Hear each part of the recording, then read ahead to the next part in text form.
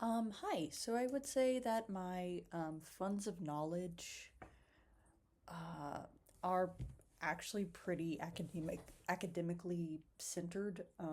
My mom is an editor, my dad is a lawyer, so their labor practices are tied to reading and writing. Um, I learned a lot about grammar from my mom, though I'm sure she'd say not enough. And both of them taught me the importance of double checking my sources. It was drilled into me that you need to check that a writer or researcher's methods, means, and motivations are valid, especially if you agree with their ideology, because that's when they get you. When they get you when you make mistakes. Outside of class, I would say my larger social community was centered around classical music.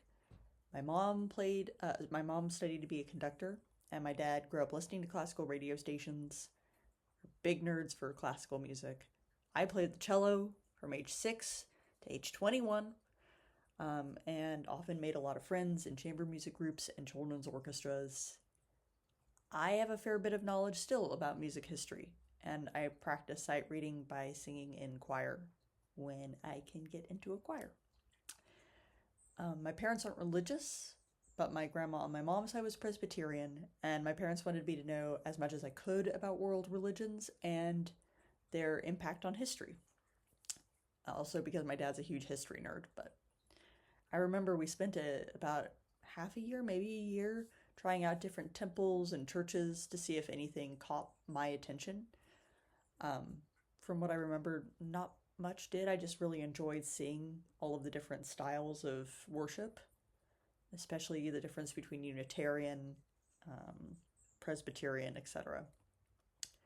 At my grandma's insistence, I spent a year going to Presbyterian Sunday school, which was a bust because they didn't ask any interesting questions of the kids in the class.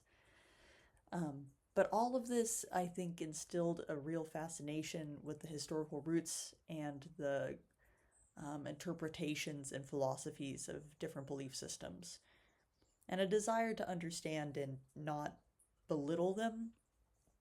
I think growing up, I realized that I could very easily be the Redditor atheist, um, and that this was a great way to shut down conversation rather than